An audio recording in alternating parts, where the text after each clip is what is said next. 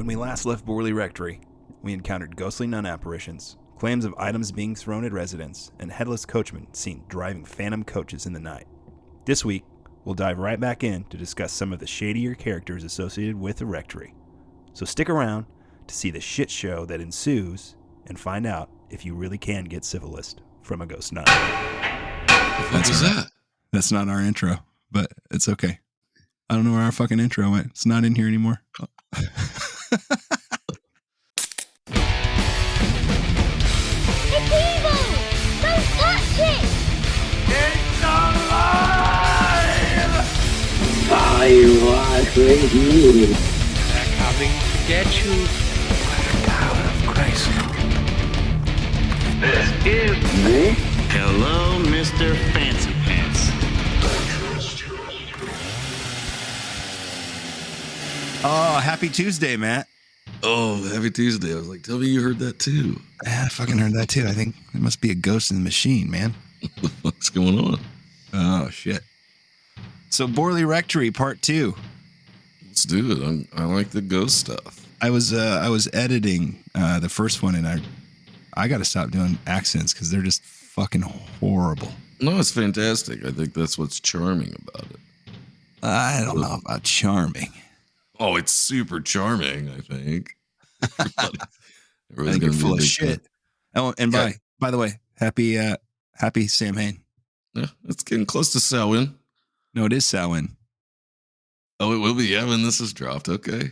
Well, Matt, what do you think we should talk about before we dive into this? Should we mention the fact that we've had a few more ratings and stuff like that, and that's always cool for the podcast? I absolutely love it. I think they must all be your friends because I think they're all 5-star ratings. Well, I hope they're my friends. I think those are the hardest people to give you the rating, though. No shit. It's like I don't want to bust your balls or anything, but man, it'd be great. So pulling teeth and shit. I don't know. No, it's great. You can say whatever you want, but I think, I don't know. It makes me want to do it more. The more people enjoy it, or the more, more downloads we get. And yeah, for sure. It makes me more happy. I'm not going to lie to you. I think I'd probably do it anyway. It's just a good excuse to hang out with you. Well, that's why we started it in the first place. It didn't matter, but now it's gotten to kind of like, well, that feels good, actually. So like, if you enjoy listening to our bullshit while we're it doing justifies this, the 12 hours a week you're spending reading all and researching all this shit. Oh man, my next one's been way more than 12 hours. But yeah, I get you. We'll do our first spree killer on my next episode. Oh, we got a few to go. I'm not going to give it away yet. I mean, technically, we've done a serial killer because Rock, killed 4 people. So technically, he's a serial killer. But hey, we ain't talking fucking Golden Grams. I think I know where you're going for the next one, and I don't think I'm gonna. That might be a whiskey episode for me. I don't know. It's going to be pretty rough. I do feel strongly that everyone will agree with us on hating that asshole. So I think it's going to be fun. Right. All right, Matt, you ready to dig in? Let's get into some ghosts and shit. All right. So on the last episode, when we left, G.E. Smith, he had just left with his wife, and they'd had enough. They had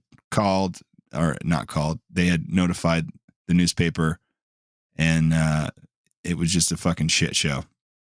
So they moved out of the rectory, and then he continued his duties from Long Malford, which was a small community not far from Borley, and that's where he remained as rector of Borley until April of 1930, when he and his wife Mabel left the area for good. They fucking had enough of that shit show, and they were just like, fuck y'all, we're out. I get it. And believe it or not, Matt, the parish they have a really hard time. It was a long time before they could find anybody to replace Reverend G.E. Smith in the Saturday Night Live band. It's fucked up. As soon as you said that in the last episode. The Saturday Night Live band! You can't help it. No, you got it. It's in your head. It's ingrained in there. Years. So it was like a year before they found somebody to replace.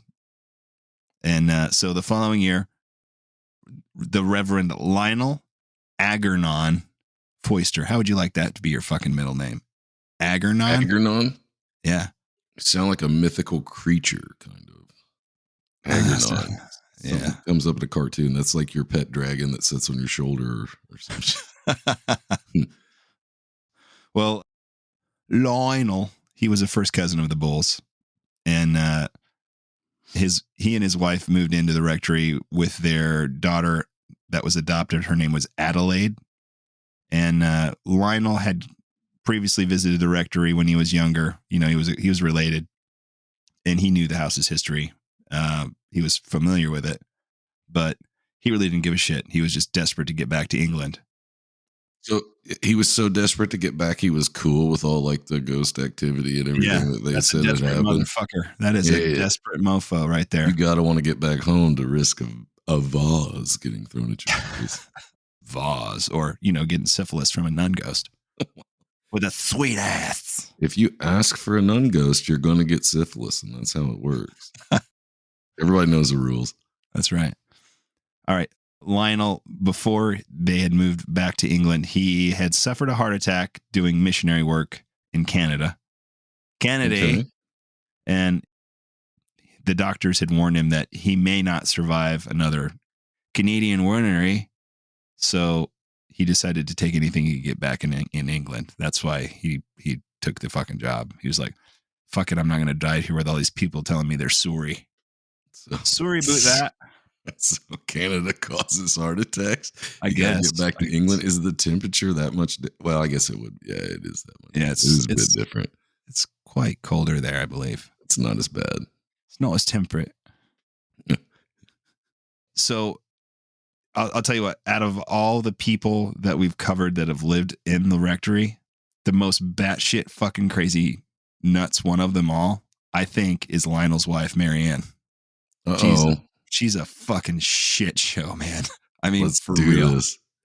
Okay. So she was starved for attention. I mean, she always was looking for attention from everything I've read about her in multiple sightings that places that I've read about, not just Price's book. She had been married previously at 15. And when she was married at 15, she lied and said she was 17.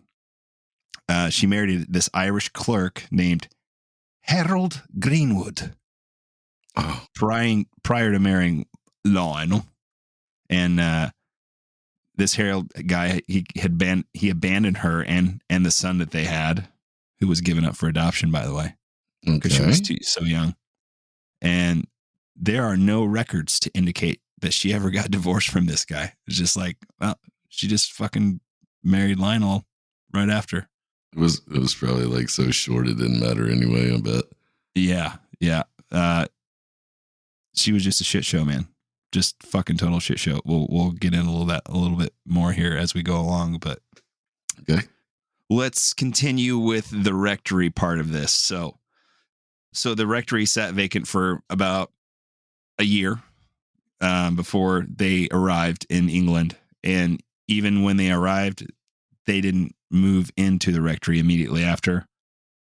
It was in need of some roof repairs and other upgrades needed to be done. So they stayed with the Bull sisters, who had they ran like an inn really close to Borley. What age were they at this time? They've got to be... They're old fucking maids, man. Yeah. Okay. All right. Yeah. So they're...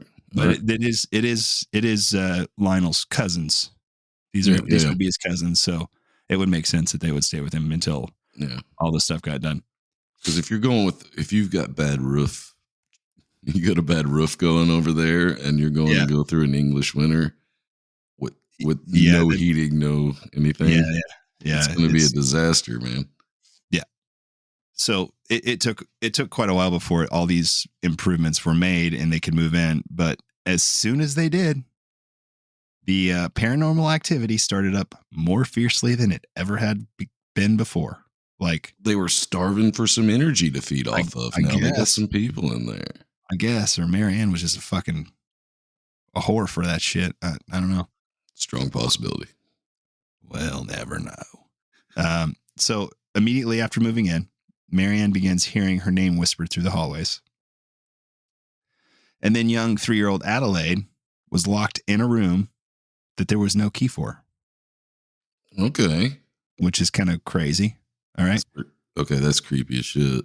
Within the first 2 weeks, Mary Ann gets thrown out of her bed like 4 times. Physically thrown out of bed. Why does it always come to being in bed? Every don't know. time. It's like I'm supposed to be safe as shit and I'm supposed to be sleeping, and then something's going to grab my toes or fucking throw me out of bed. I don't know, like where's the ghost that brings me a fucking beer, man? I need What is those. They're always the worst. All right. So on top of this, there are accounts of bottles being smashed off counters, candlesticks flying off mantles, phantom footsteps again pacing up and down the hallways at all hours of the day and night. Is this could this be like the American Haunting movie, you know, where the whole movie goes through and it turns out it's just the dad's just like an angry fucking drunk and they're just trying to block it out of their minds like Possibly. the entire time. Possibly. poor old Lionel might have been drunk. I don't know. But it seems like from the account of them moving in, it seems nonstop from the moment they move in. I mean, it just so frequent that Lionel started a diary of everything that was happening. Okay. Spontaneous combustions, like the fireplace. Yeah. Candles lighting by themselves. Well, that just seems nice, really. And then there were these phantom smells of lavender. They said they could smell throughout the whole rectory. Okay, And if I can get a Febreze ghost, sign me up. I'm okay with that part. I found some interesting facts about the lavender thing. I'll share with you in a minute. Okay, all right. Is there a field nearby or whatever? And the wind changed, something like that. Yeah, pretty close. Okay. Marianne even claims she was struck in the face on more than one occasion. Like just somebody slapped the shit out of that bitch. Sounds like she probably needed it though. And then on top of that, we have more servant bells ringing on their own, and more sightings of that whore nun. Well, that nun just can't get enough. I guess not, man. I guess not. Now, as far as the smell goes, I found out at that time there was an industrial plant owned by this company called Stafford Adams and Sons Ltd. It was about 2 miles away from the rectory and the next town over. And they used lavender and other things like that to make essences for scents and in perfumes and flavoring and stuff like that.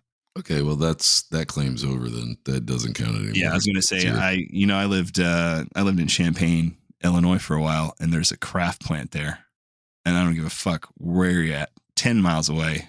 If the wind's blowing in the right direction, that's all you can fucking smell. Well, it's a good 45-minute drive from Decatur where they got the Staley's plant, and if the wind's blowing the right way, you can still smell that soybean shit that they do. Yeah. It's fucking awful. That's beautiful. Yeah. You got to throw that out. That's right. It's way too easy. I gotta pee, Matt. I'll be right back. You leave that shit in there too. Hey, Jamie, edit this out, would you? Yeah. Do we have a Jamie? I don't know. We just made a ghost one, I think. I got a ghost Jamie to edit some shit for us. That's fantastic. I'm gonna do the same.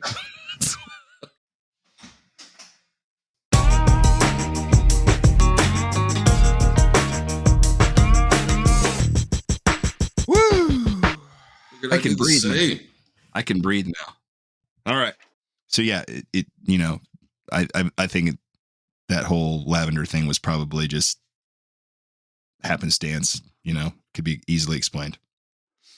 No. So well, anyway, Matt, I would get it if you'd done some kind of cleansing or some shit like that, and then you smelled it, you would think, well, it would probably be a relief to you, even if you knew that it was there. Yeah. Yeah, you got to throw that out. All right. So in March of 1931, they've only been in the rectory. They've been in the rectory for less than a year. Okay. The Foisters put out an ad for a lodger.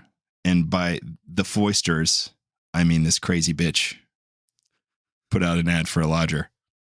What's a lodger? Just someone to rent. Okay. A All place right. there. Come in. All right. And soon after she put it out, this guy named Frank Pierce, who preferred to call himself Francois Darley. What a fucking asshole. No. He was fucking English, born in England, no fucking French relation, just wanted to be a Frenchman. He just wanted to sound fancy. My name is Francois Darley. Well, So- there's no way I could tolerate that dude. Yeah. Just from So- the beginning. This guy, he moves into one of the smaller houses on the property. Maybe the cottage house. It's not really, it doesn't say. Okay. And Frank has a young son named Douglas, and Marianne thought, hopefully this would be a suitable playmate for Adelaide, their kid, Okay, so So- he's got it. Oh, well, that makes sense. Then you move him in. He's got a kid that's about the same age as the Yeah. other one, and okay, all right, Then that way she's got somebody she can play with, So, all right, so not long after Frank moves in, like within 2 months, okay. Frank and Marianne start having an affair. Oh, nasty time. Old Francois is laying the pipe. Okay, Yeah, Francois. was there a problem with the relationship she was going through, or was Okay, this so just she needed apparently, extra pounding? while Marianne and Lionel's their emotional connection and their emotional relationship was really good, Okay. their love life was like non-existent. Oh, the old limpy. He's got the- Yeah. So Oh, okay, that makes sense. so it's said that she found Frank to be utterly appalling to talk to, but Well, apparently he's got a stiff cock, so it's okay. he quote unquote filled her He certainly did. needs in other areas. Yeah. So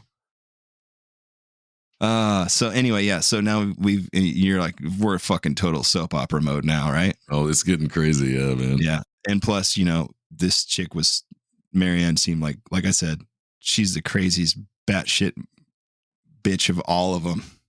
Okay, so if she's crazy, then I bet the sex was amazing. So Probably. Yeah. Let's Probably. let that go. Todd's I not didn't- here. I didn't say it. So, hey, speaking of the I devil, was reaching I got into my my- phone on here. I got I was my phone on silent right now, and guess what? Todd just texted me and said, "Are you recording?"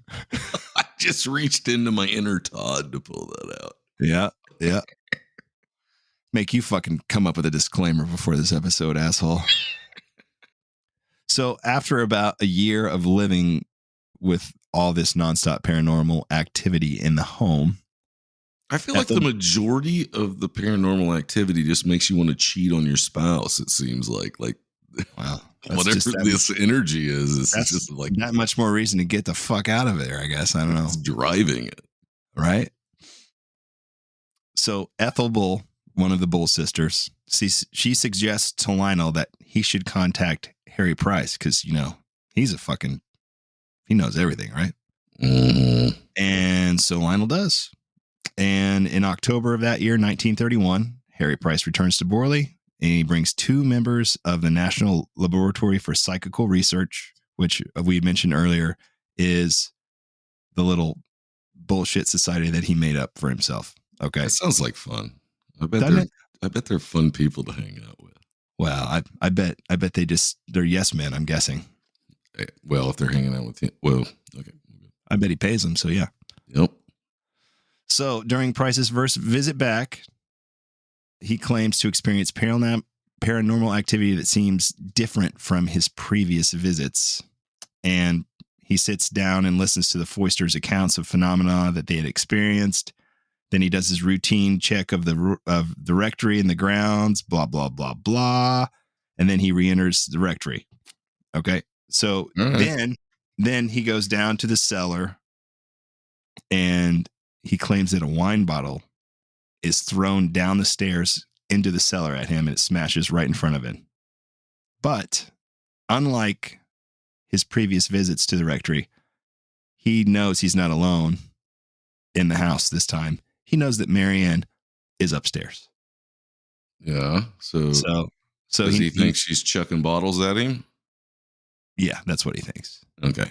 Which I'll tell you what, I would fucking buy that for sure. Well, this sounds like the Amityville horror thing. Yeah. When they went through it, and the dude that was writing the book sat down and talked with them, and he made a mint, and they got like $300,000 or something. That dude made like $8 million.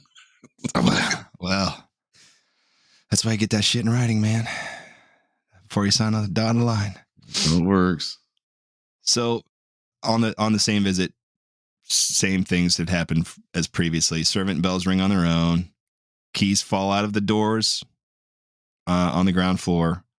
And then also something different happened this time. While he's sitting on the floor of the dining room in the dark, several 22-year-old girls jumped out of a giant birthday cake that appeared from thin air and proceeded to make them Jaeger bombs.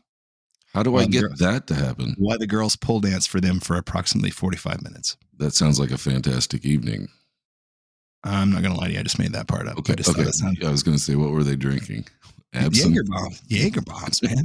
I said Jaeger bombs, right? Leave the Red Bull out. Just give me the Jaeger. I can't back that up. Got no proof behind that. Right. All right. So before leaving, Reverend Forster gives his diary to Price and, explaining all the happenings. And Harry says, okay, I'll borrow it. But Reverend Forster says he makes Harry promise not to publish any of the material. Okay. And guess what? That motherfucker broke his fucking promise. And every one of those fucking notes can be found in this book that he wrote. Yeah, I don't believe it for a second. There's no way this trustworthy individual would have went back on his word. Okay. So on the second visit for Harry Price that he comes back to the rectory and investigates, he brings his two colleagues from the National Laboratory for Psychical Research, and they have dinner with the Foisters. All right. And Harry Price apparently brought 2 bottles of wine with him to this meal. Nope. And when the meal is ready, Marianne goes to the kitchen to get the wine, and she brings the bottles to the table, hands them to Price to open. And then after they open the first bottle, they pour glass, and they find out that the wine had been turned to black ink. Get the fuck out of here. Did I mention to you before in the first episode that this guy was a master fucking magician and he was really good with sleight of hand shit? Tricky bastard. So they think, well, what the fuck? So they open the second bottle, right? And the second bottle they found had like cologne had been added to it. No. Oh, no, really, for reals. I'm not even fucking with you. This isn't an inside job at all. No. And here's how we know it's not an inside job, because this exact thing had happened at Borley before. Once before. Okay. It was before, and it only happened, it was with the Smiths, but guess who else was there? Harry fucking Price. No. And it happened when one of the Smiths' friends made an accusation that the home wasn't haunted at all. This was all bullshit. And suddenly, her glass of wine had turned into ink. Well, you have to show her because she's just not believing. So, yeah, this just I'm telling you this just to prove that, like, this guy wanted to believe in ghosts and shit, but he wanted to believe it so much that he was willing to fucking make shit happen just to make other people believe. I guess that could happen. He wanted things to be way more outrageous than they actually were. Does that make sense? Yeah, I don't think that way. I think he came into a place that he thought things were happening, and he capitalized on it to try to make more things happen to sell fucking books. Did he not write books? He did, but not for, the first book wasn't published for at least 2 more years. Okay. But yeah, I think he was definitely wanting to make things happen. He might have believed it, and wanted Oh, to. he definitely believed something was happening. But if you're adding to it, you're just a fucking asshole. Like, Yeah, I hate that. You're fucking shooting yourself in the foot doing stupid shit like that. For Yeah, sure. you're ruining it for like people before you that had actual things Experiences. happen. Yeah. So anyway, after this party with the wine, the NLFPR party, they left the rectory. They went back to the Bulls lodgings in Long Melford, where they discussed all the phenomena. They go over through the book, the diary. And then they return to Borley Rectory the next day, and Price tells Lionel in not so delicate words that his wife was constantly out of sight when the phenomena occurred, and most likely behind the majority of it. No way. So, of course, Marianne, she denied it all. What Price was throwing her under the bus? Is that what it? Yeah, pretty much. Yeah. Okay. And All right. probably rightfully so. But because of this, Lionel Foister basically throws Price out, and he will not let him back this is the last time Price visits the rectory during the Foister's residency there at Borley. Well, he insulted his wife. Yeah. So, good riddance. His hot wife that was cheating on him with some fucking guy that thought he was French. Well, you'll have that. It's hearsay. They were probably out there in the fuckery room that was built, taking care of business. Everyone needs a fuckery. All right, so at this point, the Foisters, they go old school, and they call in 2 reverends and a bishop to perform an exorcism on the house, but there was no change in any amount of phenomena. All right, and then Reverend Foister tries to burn sage throughout the home, trying to cleanse it, but the activity always returns. And while there's a few sightings of the nun in the garden during the Foisters' time at the rectory, most of the ghostly sightings were inside the home. And of course, the nun wouldn't show up because that guy can't get it up anyway, so she can't give him syphilis. So maybe Francois needed? I guess Francois is getting plenty Francois was getting taken care of. Yeah. All right. So Marianne, the whore, I'm sorry to say that aloud. She claims on many occasions to see Harry Bull standing at the top of the staircase dressed in his pajamas. And there were other people that claimed to see Harry Bull upstairs through the windows as well, along with mysterious balls of light, which could be seen through the upstairs windows at night. Ooh. Dun, dun, dun. Orbs. Bore me to fucking tears. All right, so fucking orbs. During the summer of 1931, that's when most of Marianne's bullshit. This is the craziest part about this crazy bitch. All right, let's get into it. I can't wait. All right. So the summer of 31, strange writings appear on the walls and small scraps of paper, instructing to light mass and prayers. And Marianne, please help get. And they were all addressed to Marianne Foister. All of them. Was anybody else around to see this, or was this kind of just like? It's not really specified if it was or not. This is all just written down, saying all this shit happened. It doesn't say who found it. I don't think it really fucking matters who found it. This is one of those things. This has got more controversy in Borley than anything else that I've found. It's because it sounds like a heap of shit. Yeah, really. It is. It really is a heap of shit, I think. Is it? Yeah. So Marianne apparently at one point wrote a question on a scrap of paper asking what the ghost wants. And then it responded on the back, rest. Just rest. And okay, then, well, that doesn't make any fucking sense if you're bothering people. Why? Well, shit, right? If you want fucking rest, yeah, let's fucking go. And then, so it starts real simply with small messages. And then as it progressed, it gets more complex. Okay. So the third message that Marianne gets is Marianne at get help intent bottom me. And well, she's not real good at spelling. Wait. This is all going to tie in a little bit for Harry Price. He's going to make this fucking work in his favor. Oh, I bet he does. The guy's a fucking genius. So, just like you and I would, she responded saying she didn't understand. And the response she gets back is light mass prayers and here. In here. And here. Yeah, that's what it said. Now, many people tie these messages in with the nuns seen at Borley and with the legends of either horror with the coachman, which we mentioned in previous episode, or the monk, whichever version you want to go with. I like the coachman. Harry Price would take this theory and run with it later on because it tied it in beautifully with P. Jeffrey's claim of the French dictionary disappearance and reappearance. Okay, going back to that. All right. Yeah, like the French nun walled up, No, there's no proof of. Well, the only thing we have is this P. Jeffrey's claim that this French dictionary disappeared and then reappeared in a locked room when he's the only one in there. Well, I meant the nun.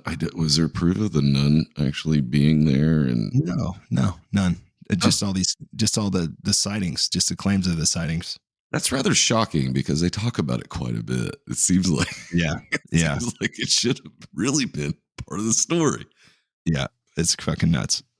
So after all is said and done, many years later, okay, there is a simple handwriting analysis done, and it finds that all the interactions written on the scraps of paper, on the walls, everything, it was all Marianne's fucking handwriting. There's no fucking way that's true. This is too crazy. It has to be real. I refuse to believe that.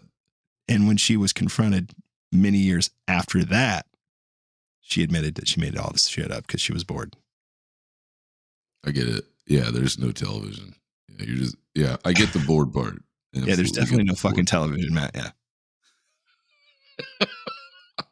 Oh, fuck. Ridiculous. So in that found these scraps of paper, and this, it's got some kind of writing on it, and you go look at it, it's ghost. I can't fucking bloody well make out what it says. It's a ghost. Are you sure? It's a ghost. How do you know it's a ghost? Ghost. I think it's fucking Marianne myself. In the air. It's floating in the air. You think it's fucking Marianne? I think everybody's fucking Marianne. Who's Marianne? Yeah, it was her. Yeah. It was a ghost. All right. So around this same time, around this same summer of all this ghostly writings and shit, Marianne starts staying. Yeah. She begins staying Monday through Friday with Francois Douglas, the lodger she's banging. Yep. Near Wimbledon, where Frank and Lionel Foister had gone into business together, and he'd opened up a floral shop. So basically, Lionel had taken all of his extra money that he had and was hoping to kind of make him a nest egg for his retirement with this floral business that Frank was going to run for him. Okay, so not only is he pounding his wife, he's funding him. Pretty much, yeah. How's that? Perfect. That's fucking getting screwed right there. That is. Yeah, that seems like not the place you want to be, but okay. Yeah. So this doesn't last very long. I think it's about 3 years. 3 or 4 years. That's a lot of Pound Town. 30, I think it was 1934. Marianne goes back to it's 1934, and she goes to the floral shop just like she has been, and she finds that Frank's run off with the 16-year-old assistant from the floral shop. No. Dun, dun, dun. The dude that was banging another guy's wife wasn't trustworthy? Dun, dun, dun. I refuse to believe it. This is like a fucking soap opera. I told you, man, this is fucking crazy, isn't it? So the following year, in October of 1935, Lionel collapsed at the pulpit of the Borley Church in the middle of his sermon. And then he's soon bedridden after that, forced to retire. And so they left that same month, 5 years after they had arrived. And that would be the last rector to live in Borley Rectory. Wrecked him. Damn near killed him. There you go. Died of a broken heart. I had to do it. I'm sorry. Yeah, once the Foisters left the rectory, it was never occupied by a rector again. Okay. Harry Price first tried to buy it, but after seeing how much it would cost to repair the house, which it was in dire need of, he decided to rent it out instead. Okay. So Price rents his place out and for a year. And he What's the basically rent on a place like that size? he fucking stole it, bro. Like, I think it was I can't remember the exact dollar or the pound amount, but it was equivalent of like a third of what it would cost to rent out an apartment, a small apartment in London for a year. Oh, okay. Well, that's a steal. That's a steal. Well, it's got no shitter, Matt. No, when the shit is full. And yeah, and the roof was shit before this, so who knows what it's like now. You can't go in that room. Why? Because you'll freeze to death. So Price does this because he sees the opportunity to conduct a full-time investigation of the place, AKA make money. Yeah. Add to the bullshit. But he doesn't want to live there because it's fucking so run down, right?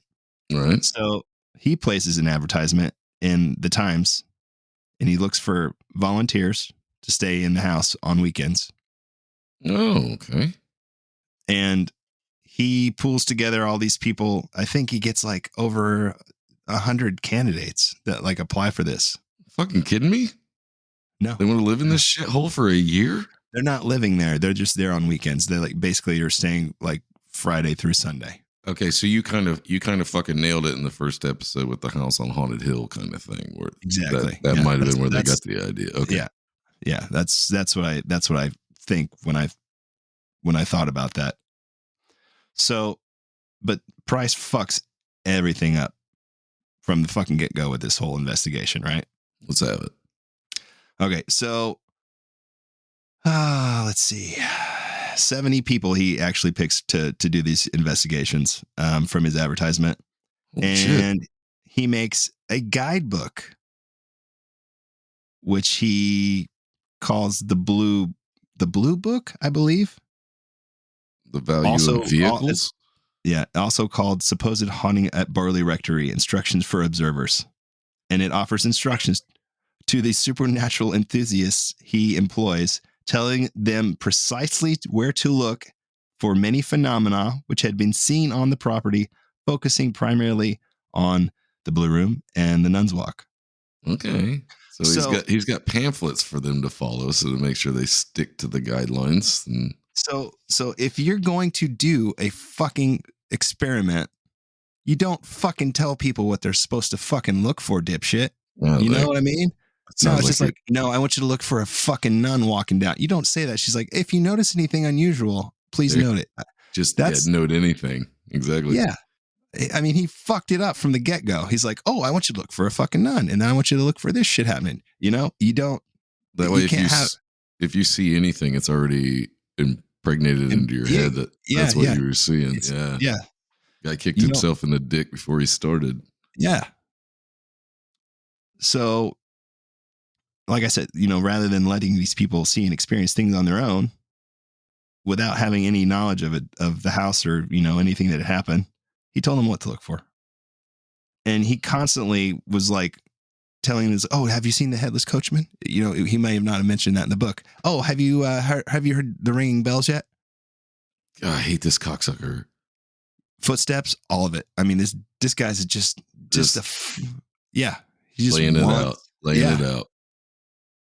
So, and he wasn't staying there, but who's to say he wasn't sneaking around in the middle of the night? No. He would come in and he wouldn't stay the night, but he would come in and like walk people through each time. Be like, okay, I want you to look for this here, this there, And you stay in this room. Shut the door. Get in there, shut the door, and just let me know if you hear anything, and just stomp by. He had all these requirements for all of the observers, and like one of them would be to sit in the summer house, or what'd you call it, the sex house? The fuckery. The fuckery, yeah. So they had to sit in a fuckery from 30 minutes prior to dusk, 30 minutes after dusk. Note their observations of the Nun's Walk, and then the Blue Room. You had to go up there and do that.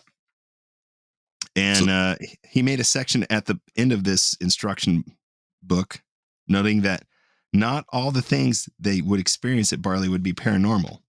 And the investigator should make sure that the noises couldn't be chalked up to trees scraping against the windows, farm animals, insects, or children playing in or around the home. I believe it was just like, or small boys is what it said. Gross. Why is that the detail that he put in there? I don't know, but I guess small boys were rampant in the area at the time or something. I don't know. I thought this was far away from town. Why would that be a thing? Right. Just trying to cover his bases, I feel. I guess. So the activity gets reported over the next years, the same as it had been throughout the home's history. So they were basically just repeating the shit that had happened before. Yeah. Okay. All right. Yeah. So all the investigators, they update Price regularly with reports. One of them, which is worth noting, is Sidney Glanville. And he and his 2 children became obsessed with the house. And they often experimented with a Ouija board in an attempt to contact the spirit world in the Blue Room. I think I covered this in the first episode. That's what you do. Yeah. Yeah. To make shit worse. Yeah, that's what you do. So March 1938, they receive a couple of different messages. During one session, they were contacted by a spirit calling itself Sunex or Sunex. I'm not sure how to fucking pronounce that. Sunex. And so Sunex told them that the house was going to burn down that night and that bones would be found under the ruins of the home. Well, they certainly would if you were in it. Yeah, that's true. And then during another investigation or another seance, wait. claimed, did it burn down that night? No, it didn't fucking burn down that night. Oh, shocker. Okay. But on another night in that same month, they say that they were contacted by Harry Bull, who told them that the bodies of a monk named Fat Enoch. Fat Enoch was his name? Fat Enoch. Yeah. It's like weird phonetically. I don't know. And a nun named Mary Lair.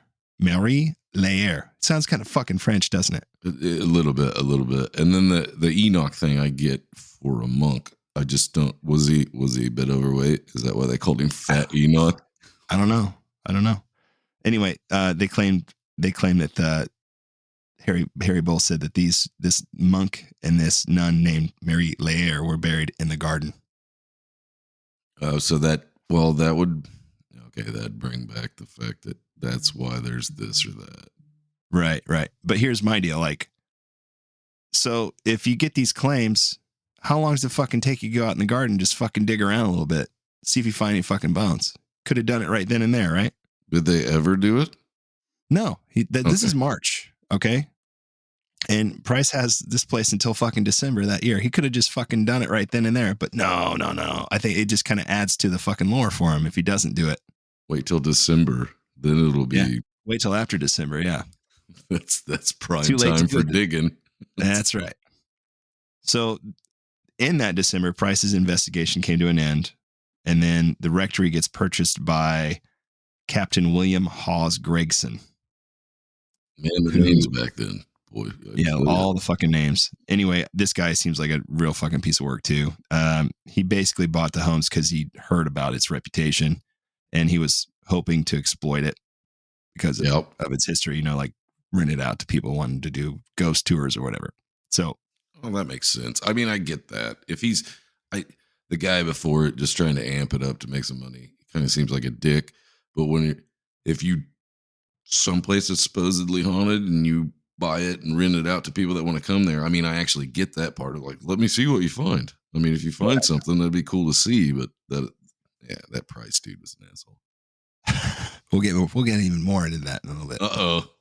All right, so this Captain William Hawes Gregson, he only lives in the house for 2 months. He has the house for 2 months. All right. And then the rectory mysteriously caught on fire and burnt to the ground. Shocker. Just like they fucking claimed it would burn to the ground in the seance, right? But how many days later was that? Or months? Was it months? It was months later, yeah. Okay. It was almost a year. It would be 11 months.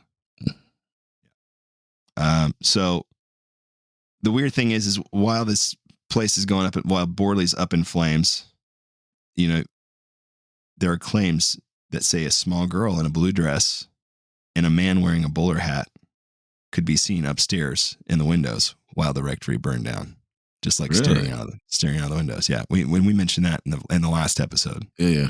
The small girl in the blue dress reminded me of The Shining if they were twins. And the actual circumstances of this fire have been discussed many times, various articles. One says a lamp was knocked over by an entity. Then there's the spirit's message that the rectory would burn down, like I said, 11 months prior from the Ouija session. And then there's also claims from people saying it was the nun that did it. But the truth is, like, even Gregson's sons, they said he set the blaze on purpose. He just knocked a fucking oil lamp over, and he had put out a very large insurance policy on this place. No. I think it was he'd insured it for £10,000. Okay. So, and whatever they got paid to rent it for a whole year wasn't worth fuck all. So right. That's Right. pretty good. That's a pretty good. So I think he figured out how much it was going to cost him to fucking fix this place up, and he's like, "Fuck this shit," and he just burned it down. Yeah. And he never got anywhere near £10,000. I mean, I think he settled out of court for £750. Yeah. Well, But still, I bet that's more than he paid for the place, I believe. I'm sure it was. So the douchebag still made a profit. Yep. All right, so it's not done yet. We're not Okay. done with the rectory, even though it's fucking burnt to the ground. Okay. Well, I have seen videos afterwards because the church is still standing and it looks fantastic. Like it's it's a beautiful church. Yeah, And, like the landscaping and stuff around it. I believe the carriage house is still standing too. Is it okay? Believe it or not. Yeah. And All I know the cemetery is still there. So anyway, 2 years after the rectory burn, Price releases the book Most Haunted House in England. Is it? Dum dum dum. He was pretty successful with it. It was fairly successful book. I can't fucking talk today. Sorry. Well done. And because he made so much money on it, he returns to Borley in 1943. And this is right in the middle of fucking World War II. All right. Yeah. And or he plans close to the end. 40, what, 42? 43. 43? Yeah. So 45 was. Yeah. So he plans to go and excavate of the grounds and to try to further prove his findings. I'm going to have a lot of fucking edits on this motherfucker. Don't take that part out. Oh, shit. So on the very first afternoon that they're digging, they find partial remains of a human jawbone and parts of a human skull. Certainly not planted by anybody because this is... While they were digging in the cellar, just as the prophecy had proclaimed, that we mentioned earlier. Yeah. And Price obviously thinks that they belong to the ghostly nun that should be laid to rest in the churchyard. The locals don't do this, though. They think that they're probably bones of a pig. They say they could be pig bones right there. But that sounds but they are found to be human. They find to be human remains, and they were female remains. So yeah, but does this go back to like the skull that they found in the house or whatever? That was a different skull, believe it or not. Oh, okay. Things are working out. So eventually, these remains that they find, they get buried in an unmarked grave several miles away in Liston.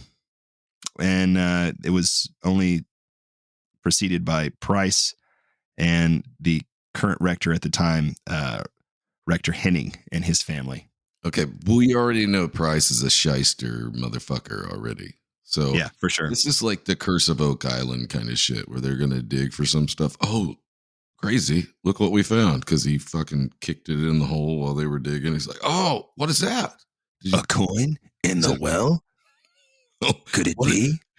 What is that? Yeah, same shit, different day. It's definitely a jawbone that I didn't purchase from some doctor in some right. Well, I don't know if he could have planned it. Even Price probably couldn't have done that because he wasn't digging at all. He's he's pretty old at this point. Like he's like fucking 2 years from dying. He's got a bad heart. It's him, the current rector, this Rector Henning, and then a local guy, and they're the only ones there. Price is basically like sitting up watching these guys work because he's too fucking old to do anything. Oh, all right. Well, could have directed it. This one he probably couldn't pull off. I just think it's an extraordinary circumstance that it happened to be found. Yeah, it does. I mean, we talked about the fact that there'd been a monk monastery there from the fucking 1300s. So God knows how many fucking dead people were buried there. And it was a cemetery in the first place. And back in the day, they didn't go 6 feet deep. And most times it didn't have money for a headstone or something like that. So it could have been from anything. All right. So because he found all this shit in 43, in 46, he puts out another book and he calls it The End of Borley Rectory. And that cements his association with both the rectory and the whole field of psychical research. All right. So he kind of fucking seals the deal with that when he crosses the streams, so to speak. Yep, he's done. Yeah. And so he goes on to work. He was working on a third book. Yeah. When he died in 1948. But it was never published. No one ever finished it for him. The thing that Price did do was put Borley on the map. And to this day, I mean, there's no fucking house there. It's demolished. It's gone. I bet people still flock out there to try to. To this day, the people still flock out there. Yeah, that makes sense. And they camp out on the spot and just trying to see the nun. And I don't know what it is that I believe the people from the past more so than. Well, of course, I don't believe Price, but the people from the past seeing shit like that. I was like, you didn't have your face in a phone all the time. You wasn't watching TV. I mean, if something was happening and you seen it, you fucking paid attention. Yeah, you did. So I get it. I get that more so. For sure, man. So after Price's death in 1948, the Daily Mail reporter Charles Sutton, who had been there several times with him, I believe he was one of the guys that published one of the first articles that were released about Borley. Okay. He accused Price of faking all the phenomenon. And he claimed that while he was visiting the rectory with Price in 1929, he was hit on the head with a large pebble. And so he grabbed Price and he found that his coat pockets were just filled with fucking rocks. Okay. Yeah. I was going to say a large pebble is a rock. And so the dude's bastard throwing rocks at him. Right. Just trying to freak him out. You got to believe this. What I'm telling you. And then later that same year that Sutton made this claim, Eric Dingwall, K.M. Goldney, and Dingwall? Trevor Dingwall. How about that name? His name's Dingwall? Hey, it'd be cooler if it was Dongwall. That would be a little bit better. Yeah. And Trevor H. Hall. And these guys are all members of the Society for Psychical Research. Two of these guys had been Price's most loyal associates and helped him investigate the claims about Borley. So they were on the payroll base. These guys. Yeah, two of these guys were. All right. So they publish a book in 1956, and they conclude that Price had fraudulently produced some of the phenomenon, and stated that many of the phenomenon that they had experienced was faked or due to natural causes like rats, wind, strange acoustics, because the house was odd shaped. You know, it's kind of square. I told you before, it wrapped around the garden area. So, well, that's the first thing you got to eliminate. If you're not even doing that, then you're not doing it right in the first fucking place. You got to go Arkham's razor on it when you're fucking investigating something. You got to, yeah. Even Marianne Foister later in life, the crazy bitch. Uh-huh. She admitted that she had only seen one apparition the entire time that she stayed in the home. And that she'd fucking faked all that shit. So I don't get that. Did you? Okay, I could kind of get something where if you had seen something, you wanted everybody else to believe you. Okay, I get that part. But if you're faking a bunch of shit, once they find out that you're faking it, your shit's done, lady. You're just fucking done. Yeah. Just like Price. Fucking done. Yeah, it doesn't make any. Yeah, you just ruined the entire thing. Like For all everybody. of it. Yeah, all of it now. I mean, the older stuff, maybe I believe the older stuff. But Right. it was like, didn't they cleanse the house or something back in the day? And then they said it kind of turned it back into normal, like you said? Yeah. Supposedly it didn't work, but that supposedly didn't work was marrying the fucking crazy attention whore bitch. Exactly. So maybe there was something, and then it was fixed, and then you got these fucking people diving into it to make some money off of it, claiming, "Oh, nope, it's all still here. This is." Now I've heard, and I've researched beyond all this shit, and it seems like all the claims are actually about the nun, at least, and some of the things disappearing and reappearing. They're all still true, or claimed to be true, because there are sightings and some EVPs you can catch. Actually, no sightings, just EVPs and shit, and interviews from people that have ghost hunted at the church. And basically, what happened? All the claims I heard was, as soon as the rectory burned down, all this shit just moved to the church. Oh yeah, moved to the next closest place. And I did see a picture of what was supposed to be the nun, but it certainly didn't. It didn't look like a nun to me. It wasn't black at all. It just like it looks like a shadow. Yeah, or a woman in white, which is more. There's sightings of women in white everywhere. So yeah, who knows? But our talent. Yeah, it wasn't what I was picturing to see. It wasn't the grotesque, terrifying nun. It certainly wasn't the sexy one. Told you, I like the baby Jesus. I like the sexy nun better. That's one I'm gonna think about. God damn it, Chip. Sorry, I couldn't help myself. So yeah, Matt, that's the Borley Rectory in all of its fucking crazy ass glory. 2 episodes worth of I will say I did enjoy the first one the best, because I did actually believe some of that shit. The second one though, but it's kind of like, you got to do it. You got to do it. You got to cover both ends of it if you're going to do it. It's just like Dora's. It's like, I like the story, but also I don't know. Had to do it, Matt. I just thought this was a good one to cover for, Halloween, Oh yeah, ghost stories are always good around Halloween. It's fantastic. You sit around the campfire and roast some mallows while you listen to it. Make you a s'more.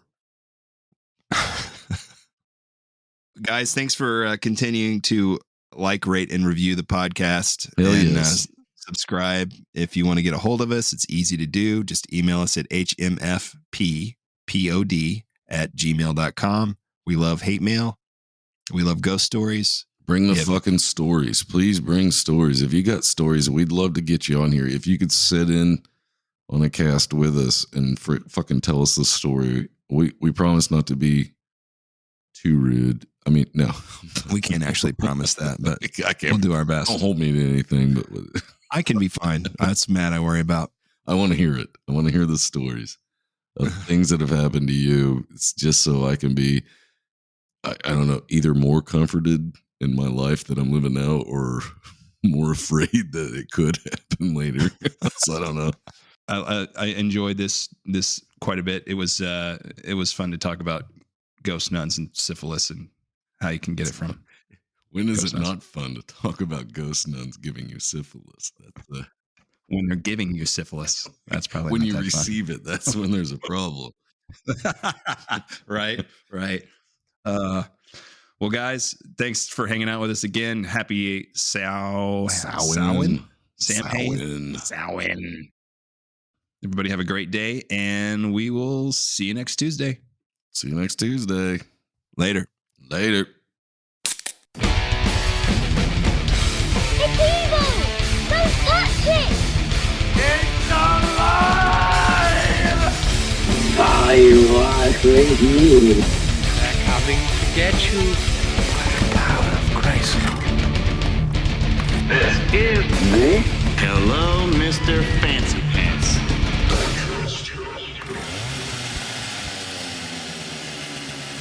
Remember, boys and girls, if you're gonna fuck a ghost nun, you wrap that shit up, all right?